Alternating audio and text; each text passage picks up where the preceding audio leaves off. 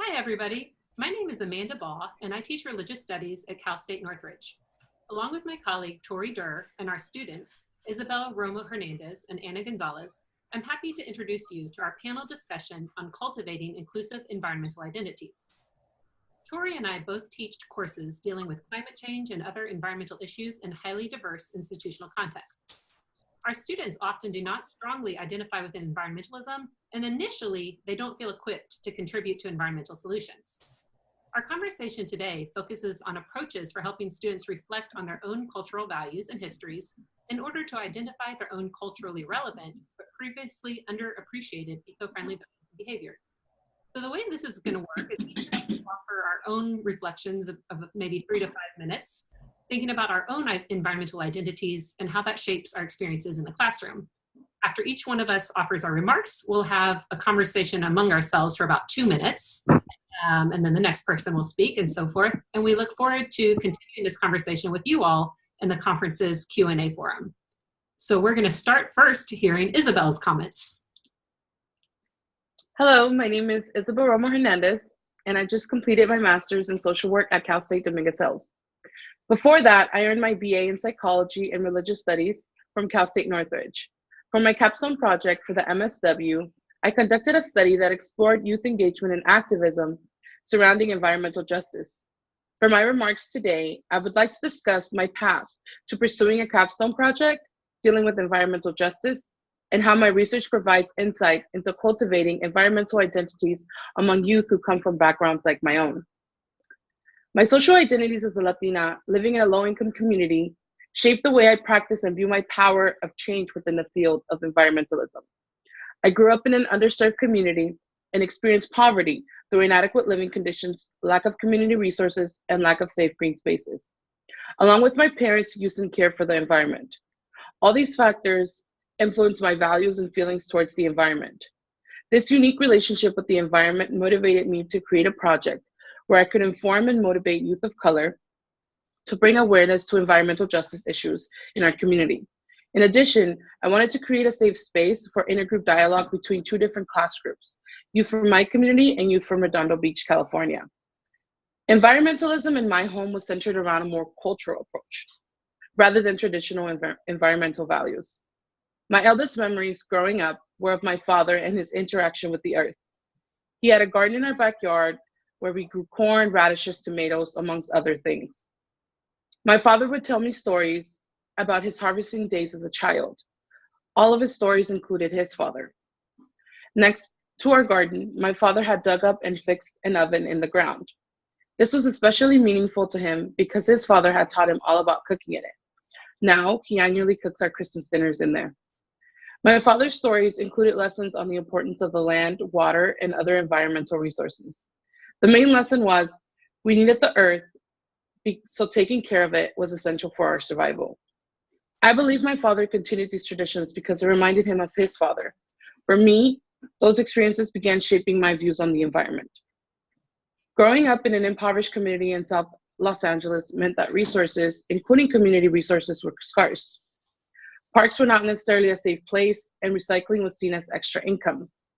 These things were part of our everyday lives in South LA. The schools I attended growing up were not in the best condition. Nice, clean, graffiti-free textbooks were a luxury, and my mother never allowed us to walk home. We never spent too much time at parks, since parks around us were spots where local gang members hung out. It wasn't the safest. Again, my relationship with the environment was shaped by these events. With the earth was whenever my mom would remind us to always tell us, don't be a messy Latino. Let's be known for something else. She hated when she would see people litter. In her eyes, it was just common sense to not dirty the land you live in. By 2014, I had moved to the San Fernando Valley to attend college. During my second semester, I had signed up for an Intro to Religious Studies course. I instantly was intrigued by everything the class provided. The next semester, I found myself registering for a religion and ecology class. This class changed my life.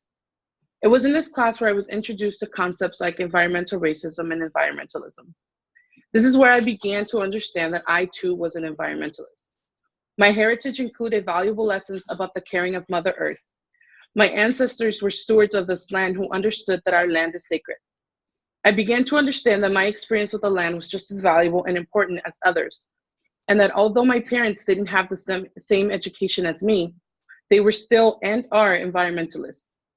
These views have shaped my interest in how I, within my social work practice, can bring more awareness to the environmental issues that affect marginalized communities. The intersections of my Latino heritage, my residence in South LA, and my education level shape how I feel about the experiences that people in marginalized communities experience in regard to the environment. For my MSW capstone project, I wanted to further inform how youth of color are affected by environmental racism while promoting social activism to bring awareness to the topic. I developed a project framed by critical race theory and youth participatory action research that examined how youth from different communities understood their own relationships with environmentalism and environmental justice. Working with youth from two sites, one from South LA and another from Redondo Beach, I taught my participants about environmentalism and environmental justice, then sent them out into their communities to document examples of environmental justice. Then the groups came back together to strategize future possibilities for activism. From this research, I learned that it is important to validate people's experiences and narratives. People are their own experts, and as professionals, it is our duty to help them see their own value and strength. This is an important insight that I will take with me in my future career as a social worker. Based on my personal experiences and my research, the best advice I can offer environmental educators is to take the time to get to know their students. I was able to find value and pride in my environmental values after Professor Baugh took the time to hear about my story and my culture. Through this dialogue, she empowered my position within environmentalism. Working with a diverse population, you get to hear about other people's experiences.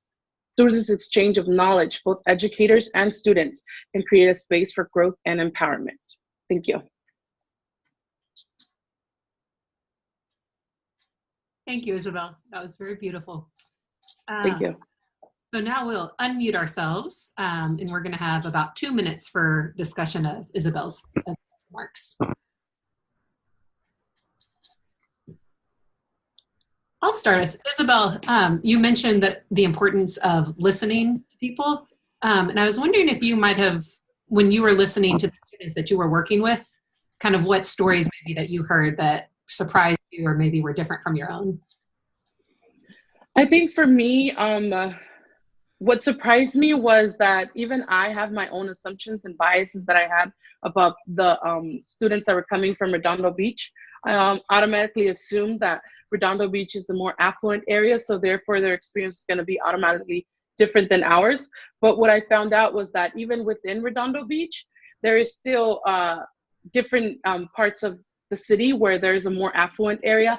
And one of the students actually was sharing with us that she lived on the not so affluent area in Redondo Beach, and she was showing us and she was telling us examples about how the city kind of just focuses on the affluent area. And I thought that was a little interesting because it's things that we, even though we may feel like it's two different worlds in a sense, we still are able to connect through that because we also go through that in our community. Following up on that, I was wondering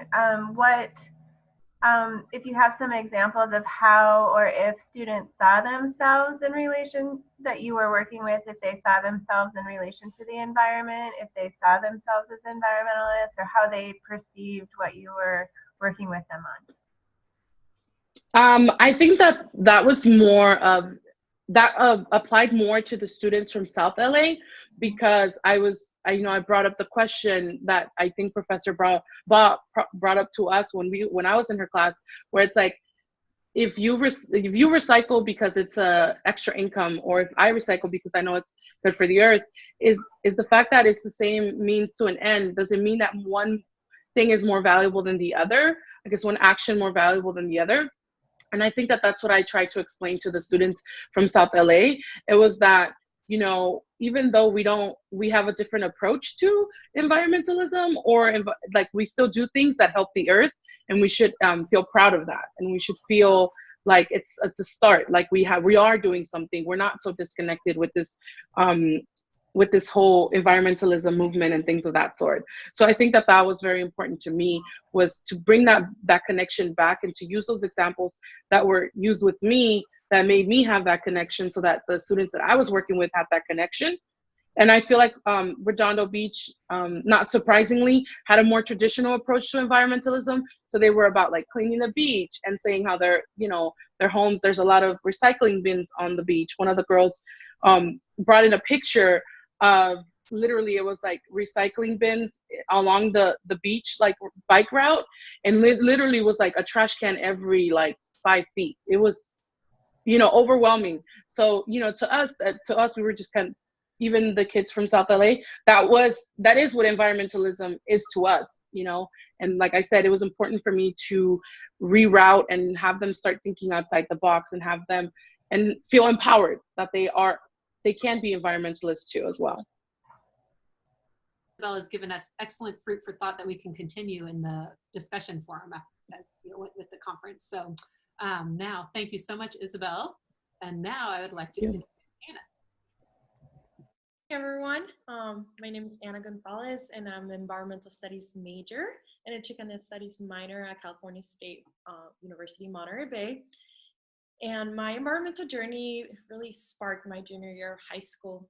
At the time I was taking AP environmental science, and one of the activities that we did in class was a cookie mining lab. And the purpose of the activity was to provide an introduction to economics of mining, but I saw it much more than that. I don't really recall the details of the activity, but I remember that we had to dig all the chocolate chips from the cookies with paper clips and toothpicks. And we had to set them on time and money to do so. After completing the activity, my teacher told us to refill the holes with what was left from the cookie. And he continued to tell us about the importance of the mining industry and other stuff I don't really remember. And the reason I don't remember it is because I was more focused on the fact that the cookie represented the planet and the chocolate chips represented the minerals and resources from the environment. And I remember it was shocking to me to think about the planet as a chocolate chipless cookie. Though it might be funny, I was concerned about how our actions are affecting the environment. And this was really the moment I knew I wanted to pursue some kind of environmental career. Now moving forward to college, ever since my first visit at CSUMB, I have felt a connection to the environment, which is why I pursued the major. During my freshman year orientation, I remember my tour guide highlighting buildings of campus that were LEED efficiency, which stands for Leadership in Environmental and Energy Design, through how most of the buildings have recycled materials from the old military base, and how sustainable was and still a hot topic among the students in Monterey Bay. The university has allowed me to fully explore my areas of interest, find meaningful connections, and feel free to discuss these issues with my friends and peers. At CSUMB, I have taken classes that allow me to identify my identities and privilege within the environment. Last spring, I took a class called Picturing the Environment, where we watch and discuss documentaries and other films that talk about their relationship with their environment. The biggest takeaway for me was that the environment isn't in national park or recreational areas. We are the environment. I believe we have created a disconnection as a society that to be able to be fully in the environment, you have to be camping or doing some recreational activity that involves being disconnected with your everyday life and be surrounded by trees. And as like Chicana, I believe this isn't entirely true. For me, I have felt like an outsider when I think about how my family does not participate or have an active role with the environment, which I think it's a tremendous part to the Mexican culture. The Mexican traditions involve a lot of connecting to the environment and the land. This disconnection has led me to have an identity crisis where I'm not fully American or Mexican. I'm somewhere in between trying to make the best of both cultures. My family has struggled to connect with the earth due to our financial status and the realities we face living in Mexico. To my family, my studies in sustainable ideologies seem like a distant fairy tale that can only be accomplished with money and time. I now believe it is my duty to educate my family and my surrounding communities of the importance of our actions and how they impact the environment and how we can build a better future, or more sustainable future. Thank you.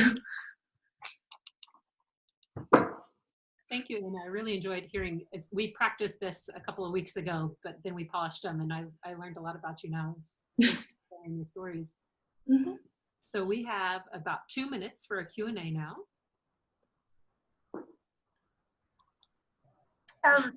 So Anna, I'm curious if you think that the disconnection that you're talking about is a one that reflects the urban environmentalism versus more rural communities and our history of being connected to the land in a certain way. And then when families and communities migrate to cities, they don't know how to plug in those previous identities in the same way, and so there feels like a disconnect. Do you think that's kind of true worldwide? But I wonder if that's also part of what your experience has been with your family.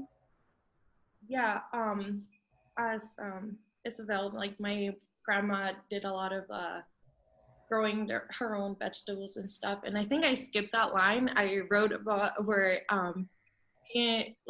being a part of the Mexican culture is being able to enjoy the fruits of your labor and celebrate the land. And I think that's something that my grandma really did, and that really like taught me that like growing up I didn't do that as much, and it was something that she really enjoyed and loved doing. And I feel like now that I go to school in the US and like I'm continuing my career there, I seen that I don't do that, and it's more like an urban environmental like approach to it. So I think that's a disconnection I have felt through that. Anna, you talked about how your family kind of perceives these environmental ideals that you've learned about in college as something that's out of reach. And yet you see it as one of your goals is to educate people around you about the things you're learning. Are there approaches that you've learned to kind of connect with your family more, like ways of translating what you're learning in college in a way that your family might be more open to? Yeah, it just it's really hard to translate some of the environmental like words, for lack of better words, or terminology. So I just kind of put in like every word, every like daily activities that they do and like how that affects the environment, and like going to deeper issues than just like bringing that like about global warming. I can't just jump into that and tell them about greenhouse gases and how it's affecting that, because they won't understand. So I have to like bring it back and see like, oh, like it like we should compost and we can do this and that can help this and that. I don't know. It just being very simple. And I think that's one of the things that Isabel told me about last time when we were practicing, is that it's more of a helping them understand in a way that they can. Mm-hmm. All right, I hate to cut this off, but once again, we're out of time, and let's continue this in the written discussion forum.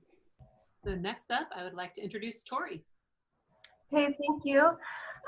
So I'm a professor in environmental studies at California State University, Monterey Bay. And my very brief childhood history is I grew up barefoot and skin-kneed on the shores of Lake Huron in Michigan.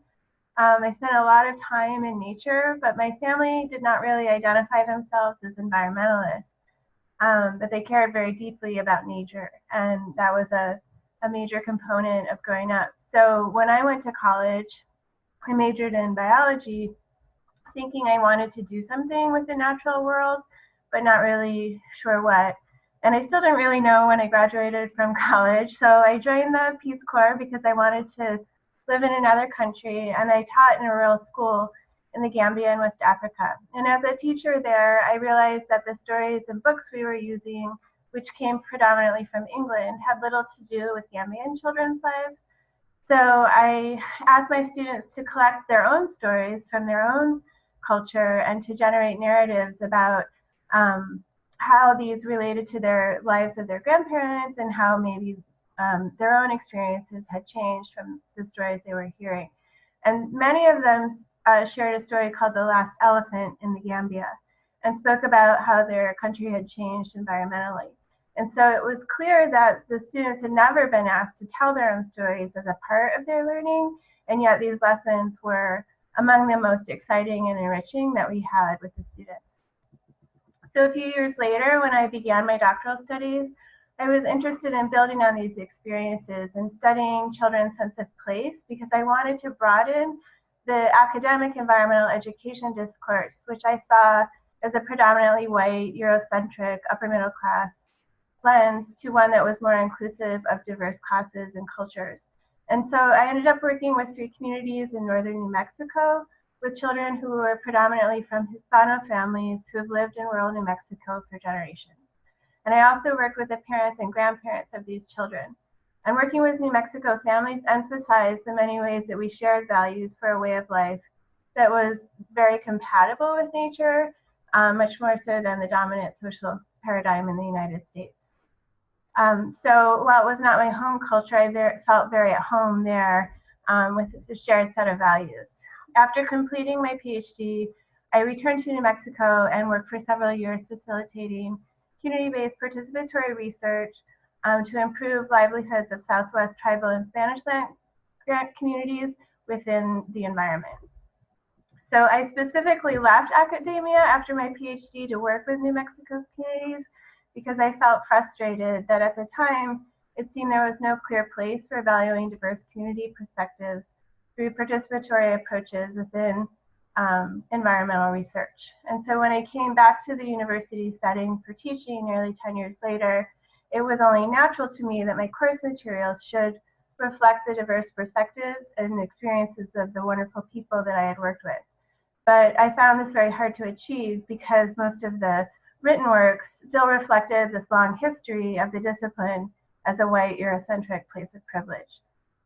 So some courses, it's like environmental justice, it's easy to plug in diverse readings and help explicitly bring greater attention to diverse perspectives. But I found that I need to much more intentionally select readings and dig and find good examples to show that diverse people are already environmentalists in myriad ways for all the courses that I teach. And so I seek ways to do that. And I also try to engage students actively in transformative practices, both within the classroom and outside in the communities. So one way I do this within the classroom is through e-portfolios, which are an online compilation of reflective writings, professional experience, and academic works. And in the process of developing these e-portfolios, I have students read essays from diverse authors that get them to think about how to develop their own personal mission statement. And these samples present diverse perspectives on their relationship to nature or to environmentalism and help students find their own voice in expressing their identity. I have seen that providing students with diverse examples often gives them permission to share their own stories. And after having taught the course now for 6 semesters, I also share exemplary e-portfolios from prior students at CSUMB who have told their honest stories, not necessarily the ones they think that I or someone else out there wants to hear. So in sharing these authentic stories from their peers, I also find more students are able to develop and express what their own identities are in relation to the environment. And I find that students grow by literally writing their own identities. Thank you. Thanks, Tori. So now we can unmute ourselves and we're going to have 2 minutes of Q&A. I don't really have a question. It's more like a comment. I have worked with Tori for like a year now, and I have always thought of her as an environmentalist,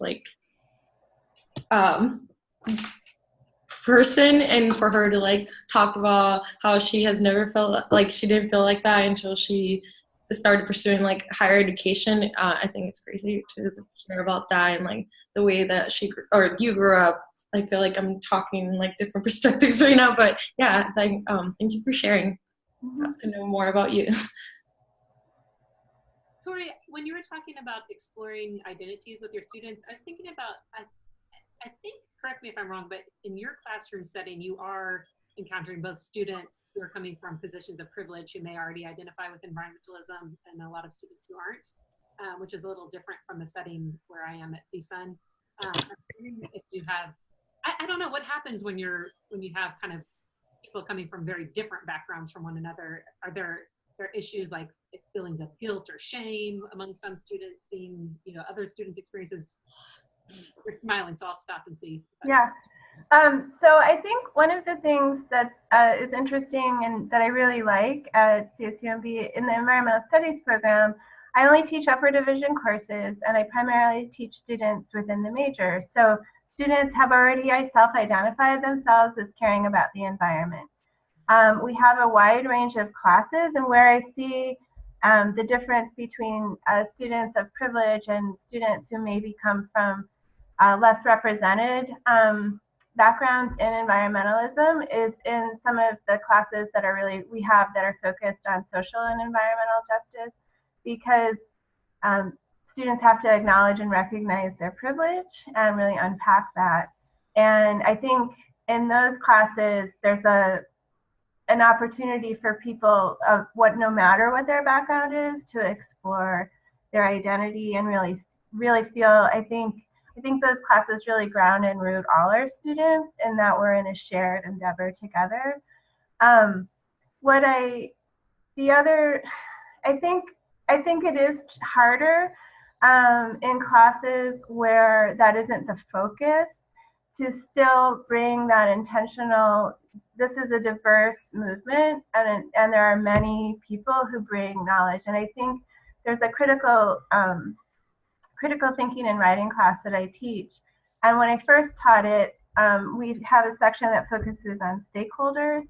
And it was hard to get students to, they were privileging scientific knowledge above knowledge of community members or knowledge of other stakeholder groups. And I shifted how I taught the class in a variety of ways, because I really didn't want science to be privileged above other kinds of knowledge and experiences. And I think the way that I teach it now, it's a little heavy on that, but I think the result is that students really get the connection that it's not just about science. Science is important, but without understanding how people are living and responding to different decisions that we make, it's hard to move. So I think it's a real process of integrating those identities in as many ways as we can. But it's a different experience because students have already self-identified primarily as environmentalists because they're choosing this major. Thank you very much. And once again, to be continued in the Q&A forum. And that leaves us with me. So I already introduced myself, but again, I'm Amanda Baugh, and I teach religious studies, and I teach classes on religion and environment at Cal State Northridge, which is a Hispanic serving institute in the greater Los Angeles area. And I've identified as an insider to environmentalism throughout my life, and I'll talk about that more in a moment. But a lot of my students do not identify with environmentalism when they show up in my classes. I teach primarily gen ed classes, and people tend to show up there because it meets at a good time and meets the requirement that they need. Most of so at CSUN, 54% of our students identify as Hispanic or Latino. Nearly half of all CSUN students are eligible for Pell Grants, and more than 40% are the first in their families to attend college. So these are students that do not identify with mainstream environmentalism, which continues to be dominated by affluent white communities. So for my remarks today, I'm going to share some lessons that I've learned about cultivating environmental identities among my students who perceive themselves as outsiders to environmentalism. My approach involves helping students identify eco-friendly values and behaviors that they already embrace, and making space for them to think about their actions in environmental terms. So I grew up in a white middle-class family with parents who are part of the 1960s counterculture, and I have identified with environmentalism throughout my life. As a kid, I had Earth Day t-shirts. I had that book, 50 Simple Things Kids Can Do to Save the Earth. My parents became vegetarian when I was in high school, and I followed their path when I was in college. In college, I was an active member of our Environmental Concerns Committee. I interned with the Sierra Club. I worked for a while at an organic farm. So all these things that mark me as kind of an insider to traditional mainstream environmentalism. I'll say mainstream, quote unquote. After college, I decided to pursue a PhD in religious studies with a focus on the intersections of the religion, the environment, and American culture. And when I came to CSUN in August 2012 with my new PhD, I thought I was going to inspire my students to save the world. But I definitely have learned way more from my students than they've learned from me. I learned quickly that the approach to environmentalism that I had embodied throughout my life and studied at my elite graduate institute did not include the experiences, the values of the diverse immigrant and first-generation college students who showed up in my classrooms. As a white, highly educated, politically progressive professor who composts, avoids plastic, and doesn't eat meat, I entered the classroom embodying numerous characteristics that marked me as an insider to environmentalism. By contrast, awareness of environmental issues did not consciously shape my students' habits, so they largely perceived themselves as outsiders. To the extent that my students were concerned about environmental issues, they largely perceived those as problems that must be solved by other people, people with backgrounds like my own. Over the years, my students' reactions have helped me refine my courses to reflect their interests and experiences in conversation with the scholarship in my field by emphasizing that there are different ways of being an environmentalist. Now, my religion and ecology course is organized around the central paradox that American environmentalism continues to be dominated by white people, even though people of color consistently report concern about climate change and other environmental issues. Two key assignments help students shift their perceptions of their own values and behaviors, and they begin to see their own life stories and experiences as worthy knowledge that has remained invisible in religion and ecology scholarship. The first assignment, Ecological Footprint Journals, or EFJs, requires students to complete simple tasks such as calculating their carbon footprints or tracking all the garbage they produce for a day. I should say I got this assignment from my colleague Whitney Bauman, who's at the University of, he's in Florida. Anyway, and I've adapted it, so I would like to acknowledge that he created this assignment. Then they reflect on their experiences in a journal entry. I initially introduced these assignments in order to help students identify the ecological consequences of their own habit and think about ways they might improve them. But EFJs have become much more transformational for my students and for myself because they help us identify how social power has excluded certain eco-friendly expressions from the realm of environmentalism. EFJ assignments often reveal that my students' lifestyles are already quite sustainable. They recycle, live in dense urban housing, grow vegetable gardens, rely on public transit, and have never flown on an airplane. By contrast, they learn, my lifestyle has a far greater impact because my family of 4 lives in a 3-bedroom home and owns 2 cars, and I fly on an airplane several times each year. This simple realization helps students understand that they don't need to learn how to be an environmentalist from experts like me, because they already embody eco-friendly values and behaviors as part of their daily lives. This challenges their preconceived notions about who might be the real environmentalist sitting in the room. A second major assignment, a community-based research project, reinforces the insights that students gain through EFJ assignments. In this project, the students and I conduct focus group conversations at religious congregations in our community, aiming to understand the environmental values, attitudes, and behaviors of community members who do not identify strongly with environmentalism. Through these conversations, my students are able to see that there is a wide array of eco-friendly values and behaviors that have been excluded from dominant white constructions of environmentalism. The lack of diverse perspectives within my field initially presented a pedagogical challenge when I began teaching at CSUN. EFJs and the community-based research project enabled me to turn the classroom over to my students so that they could offer their expertise on what environmentalism might look like from a non-dominant perspective. As they come to reject constructors of insider and outsider as defined by the field of environmentalism, my students can develop their own identities as agents who contribute unique perspectives for addressing the environmental crisis. Thank you. I think Tori's going to take over to facilitate Q&A. That was great to hear. Just like all of us, we've modified, and so it was good to hear about your background. I have a question, but I will see if Isabel or Anna have anything they want to ask as well, since I'm timekeeper too. I don't really have a question, but I think it's more of a comment. Yeah. So I specifically remember the activity we did where we calculated our carbon footprint, and I remember that I was really surprised at like certain things that were considered, you know, that I was doing, like I said, that were considered part of being an environmentalist. And I think that that was one important thing that I use within my practice of social work, but also in the project where it comes to, again, I gave some of the participants that website if they wanted to check it out on their own time as well.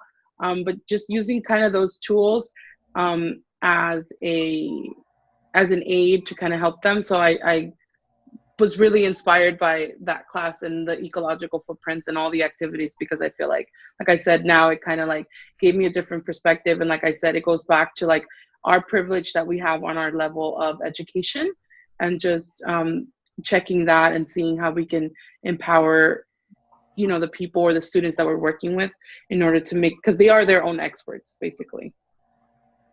Yeah, and I'll say I learned so much from you all from doing those assignments too. It's led to as Isabel knows, she's helping me with my current research project, and it's led to a whole new project for me because of the insights that I've gained from my students.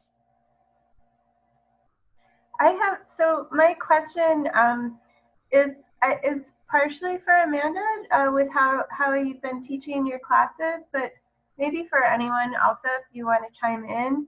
Anna said something about realizing the fruits of your labor and how we do that.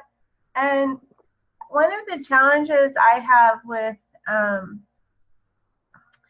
some of environmentalism as it's manifest in cities, with things like recycling.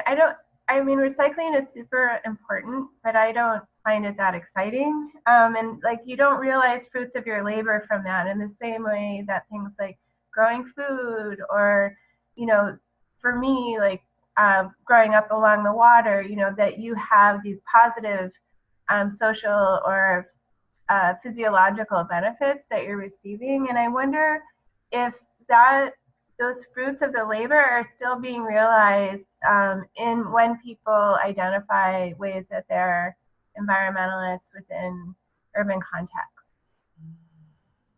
If you see students finding that, if that makes sense.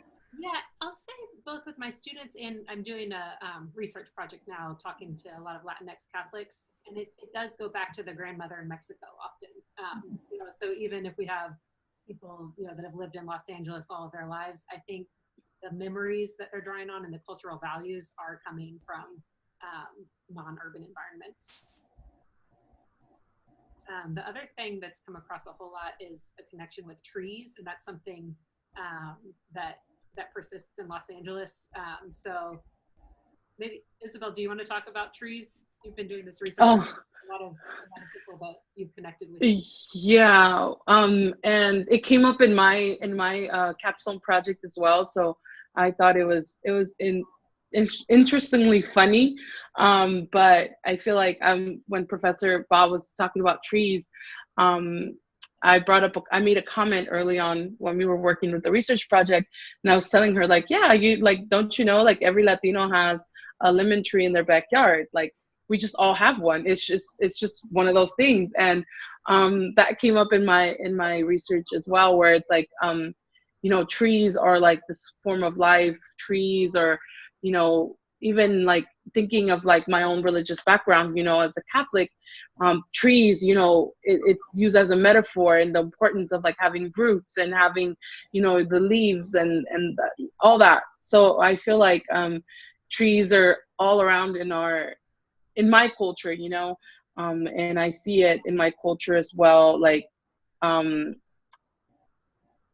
in back home, like with my grandmother. I was born in Mexico, so I feel like my disconnection, there's no real disconnection between my original, like my roots back home, I say back home in Mexico, than here, because, you know, even though I am a or I think that does play a role, because I am a first generation, so it's different than like a second generation. Like I see it with my nephews and my niece, where, you know, their Spanish is a little more broken. It's, you know, but mine's, I was still, you know, I still have that connection with my dad and the trees and things like that. And even now, like I said, going back to the trees, we have trees here. I have a lemon tree, I have a guayaba tree, I have all kinds of trees. So I feel like that's a real important thing for us in the Latino culture. And it's like kind of like an inside joke that we all say, we all have a lemon tree. Like we all have lemon trees in our backyards. We had one informant say, if you're a Latino and you don't have a fruit tree in your yard, it's like you're not really Latino. Yeah. Isabel helped me do a focus group, and this guy was telling a story. His grandma lived in a predominantly white neighborhood, and he was taking his friend over, and they pulled up on the block, and his friend goes, "Oh, I see your grandma's house," because it was the one with all the fruit trees in the front yard. Yeah. That could be I don't know if that answers your question, Tori, but I think that's kind of the connection would be the trees. So, and literal fruits of the labor. Yeah. Yeah.